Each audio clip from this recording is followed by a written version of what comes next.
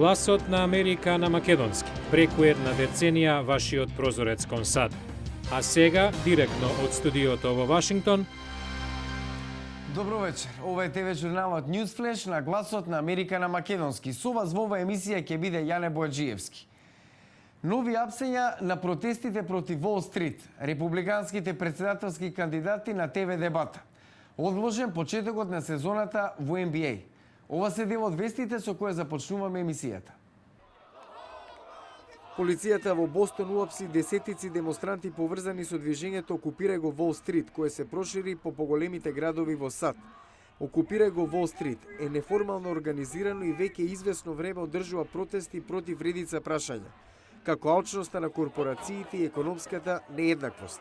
Во Вашингтон демонстрантите собрани на плоштадот Слобода недалеку од Белата куќа велат дека властите им ја продолжиле дозволата за кампување за уште 4 месеци. Американскиот претседател Барак Обама денеска е на турнеја во сојузната држава Пенсилванија, барајќи јавна поддршка за неговиот предлог закон од 447 милиарди долари за отварање на нови работни места во исто време кога мерката е на разгледување во Сенатот. Обама врши притисок Конгресот да го усвои законот тврдејќи дека ќе врати на работа илјадници луѓе, а воедно ќе ги намали даноците на работниците и малите бизниси. Критичарите возвраќаат дека планот, законот да се финансира од оденочувањето на најбогатите американци, само ќе наштети на инвестициите и економскиот растеж. Републиканските председателски кандидати се на ТВ дебата во влијателната сојузна држава Њу Хемшир, на која се очекува примарна тема да биде економијата. Поранешниот гувернер на Масачусетс, Мит Ромни, според анкетите во моментов води, меѓу осумината што ќе чествуваат на дебатата. По 7-часовни преговори во Њујорк, Националната кошаркарска асоциација NBA ги откажа првите 2 недели од регуларниот дел од сезоната, откако првите луѓе на лигата и играчите не успеа да постигнат договор за распределбата на приходите. Спорот може да ја загрози и целата сезона. Светската банка прогнозира раст на бруто домашниот производ на Македонија меѓу 3 и 4% и ја става во групата на земји кои се на добар пат. Регионалната директорка за Западниот Балкан Джейн Армитач во интервју за Гласот на Америка ја истакнува ниската задолженост на Македонија во јавниот сектор како фактор за солидна макроекономска политика. Задоволни сме со растот на македонската економија по глобалната рецесија од 2009. Годинава очекувам пораст на бруто домашниот производ на Македонија меѓу 3 и 4%, вели Джейн Армитач, регионална директорка на Светската банка за Западниот Балкан. Macedonia has much lower public sector debt. Македонија има многу пониска задолженост во јавниот сектор, меѓу 25 и 26%. Во регионот има земји со 45 па дури и 60% задолженост.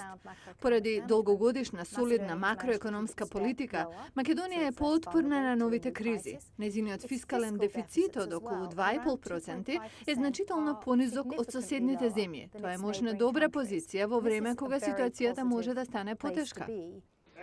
Продолжување на досегашната макроекономска политика, поголема конкурентност преку напредување на вештините на работната сила, реформи во образованието, подобрување на бизнис климата во земјата, поголем број инвестиции во инфраструктурата, се препораките на регионалната директорка на Светската банка. It's not enough just to have cheap labor. Не е доволно само да имате ефтина работна сила. Не сакате Македонија да биде конкурентна затоа што има ефтина работна сила. Тоа значи низок стандард на животот. Потребен е високо обучен кадар кој ќе биде конкурентен и ќе овозможи извоз. Грчката криза може да има сериозни последици за Македонија, Албанија, но и за останатите земји на Балканот, смета Армитач. Greece is a very important trading partner for Macedonia. Грција е важен трговски партнер на Македонија. Ако таму опадне растежот, тоа е лоша вест за македонскиот извоз. Може би ќе се надомести со извоз во други земји, но голем дел од него оди преку Солунското пристаниште и е во опасност да не појде надвор поради тамошните штрајкови и демонстрации. Ако општата неизвестност на Грција се прошири на соседните земји, тоа ќе се одрази врз нивниот економски растеж, неминовно и врз Македонија. Армитач сепак вели дека засега во Светската банка нема загриженост за главните грчки банки во Македонија, затоа што има добра ликвидност и капитал. Во Калифорнија стоп за кинескиот специјалитет. супа од перки на ајкула. Стапи на сила забрана за продажба, трговија или поседување на перките за да се зачува бројот на ајкули. Но некои кинези сметаат дека забраната е неправедна и дискриминирачка. Скапиот традиционален специјалитет станува се попопуларен, онака како што расте бројот на богати кинези. Но еколозите, како Сара Сикич од организацијата Излечи го заливот, велат дека гурманството има и друга убиствена цена.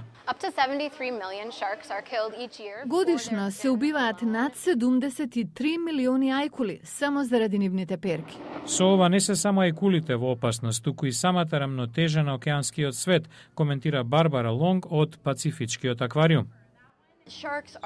Ајкулите се главен предатор и имаат витална улога во океанскиот екосистем. Во Шангај, кинескиот кошаркар Јао Минг и британскиот бизнисмен Ричард Брансон се меѓу славните личности кои учествуваат во кампањата против супата од перки. Со новата забрана во Калифорнија, пак продажбата на перки стана незаконска, артикал што вредеше до $700 по килограм. Има и такви што сметаат дека забраната неправедно цели на кинеската заедница, бидејќи забранува само трговија со перки, но не и со целата ајкула. Тед Лу од Сенатот на Калифорнија гласал против. Дозволено е да убиете ајкула за филети од неа, но кинеските ресторани не може да користат перки од стотиците видови, кои не се ни блиску да бидат загрозени од истребување. Тоа за мене е дискриминирачки и неправедно. Многумина кои се против забраната за перки велат дека се подготвени да поддржат забрана за лов на ајкулите воопшто. Утре во News Flash, првата дама Мишел Обама против дебелината на децата со помош на фудбалот. Гледајте утре во News Flash. Утре во News Flash, ајде да се движиме. Првата дама Мишел Обама во кампања против дебелината кај децата. Гледајте утре во News Flash.